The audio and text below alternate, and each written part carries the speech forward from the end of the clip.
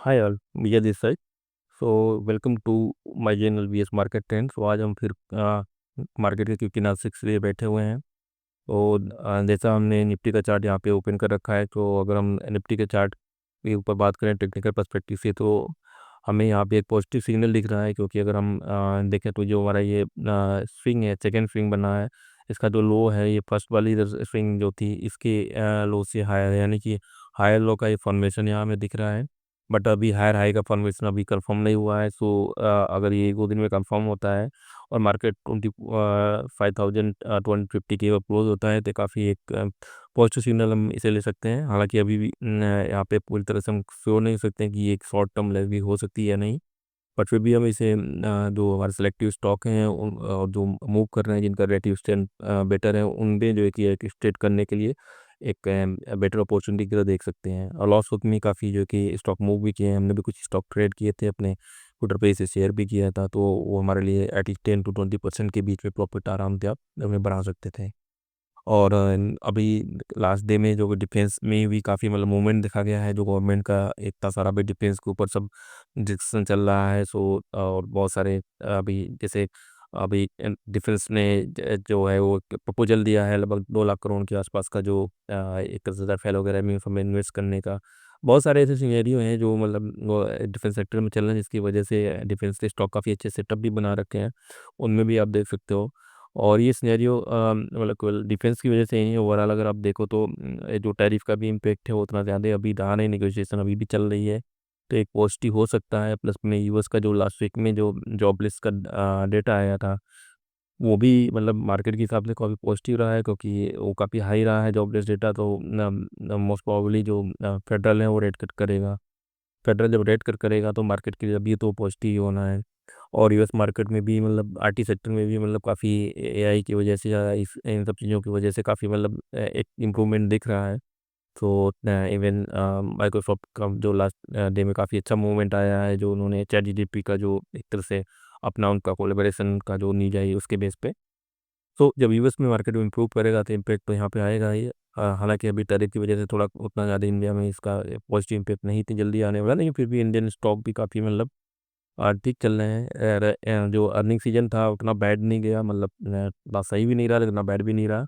तो ये भी एक मतलब कह लो कि आप पॉजिटिव रहा है। और आगे जो स्टॉक मूव कर रहे हैं शॉर्ट टर्म के लिए एटलीस्ट आप में मतलब कि एक पोजीशन बना सकते हो। 100% पोजीशन की मैं बात नहीं करूँगा, मैं खुद 100% इन्वेस्टेड नहीं हूँ अभी। अराउंड 40 to 50% के आसपास मैंने किया है इन्वेस्ट लास्ट वीक में मिला के।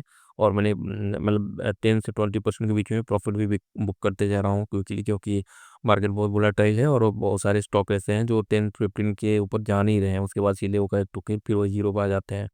तो बेटर वो जो कि स्ट्रेटजी यही होगी कि आप क्विकली प्रॉफिट भी बुक करते रहो। और धीरे धीरे एक्सपोजर अगर मार्केट में ऐसा लगता है कि नहीं जो अप ट्रेंड है वो कंफर्म हो रहा है, तो आप एक्सपोजर बढ़ा सकते हो।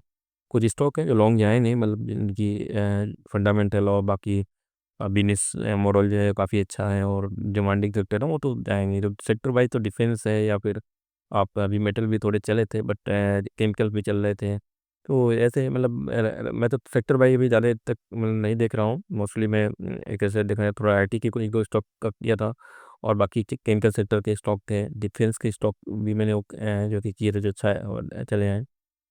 मैं स्टॉक वाइज पर्सपेक्टिव से भी चल रहा हूँ, मतलब कि जो स्टॉक मतलब परफॉर्म कर रहे हैं वो उनको मैं पिक कर रहा हूँ।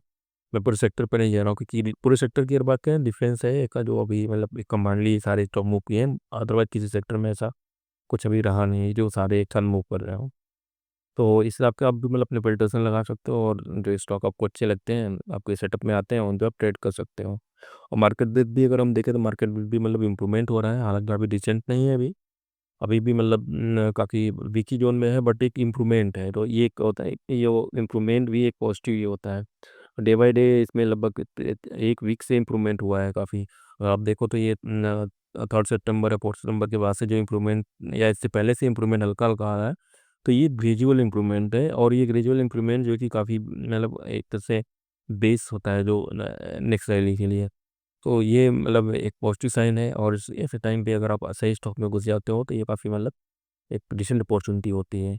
और साथ ही साथ जो कि एफआई का भी अगर आप बिहेवियर देखो, तो एफआई भी मतलब अब धीरे धीरे मतलब पॉजिटिव में वाइंग बाइंग में आ रहे हैं कि सेलिंग मतलब उतनी एग्रेसिव नहीं रही जितनी पहले थी। क्योंकि कितना सेल करेंगे, इन्हें भी तो जो है कि पैसा बनाना है, ऐसा तो है नहीं कि ये बस दुनिया छोड़ के नहीं जाना है। तो ये भी अपना जो है कि पहले ही इन्होंने अपना एक जो था वो थोड़ा सा हॉल्ट किया हुआ है, और थोड़े बहुत ये मतलब इवन पॉजिटिव में लास्ट डे में 149 करोड़ का ये पॉजिटिव बाय रहा है। DI तो हमेशा बाय रहे ही हैं इधर बीच में, और इन्होंने जो कि अच्छा खासा बाय किया है 1500 करोड़ के आसपास का। DI और FI अगर मूव देखो, अगर इनका बाइंग चलता है तो फिर रिटेल का जो भी ऑस्टिन होता है अपने आप स्विच हो जाता है, क्योंकि सारी मार्केट इन्हीं की बेस पे चलती है। तो ये रहा मेरा एक शॉर्ट एनालिसिस। तो मेरे हिसाब से मार्केट तो अभी एक तरह से एक शॉर्ट टर्म में एटलीस्ट बुलिश सिग्नल दे रहा है। कंफर्मेशन अभी मैं नहीं कहूँगा, बट ये एक आप बोलो कि एंटीसिपेशन की बेस पे आप जो कि ट्रेड लेने का ये टाइम है। और अपने सेटअप के बेस पे अगर आप सेटअप में स्टॉक आ रहे हैं तो उन्हें जो कि आप ट्रेड कर सकते हो।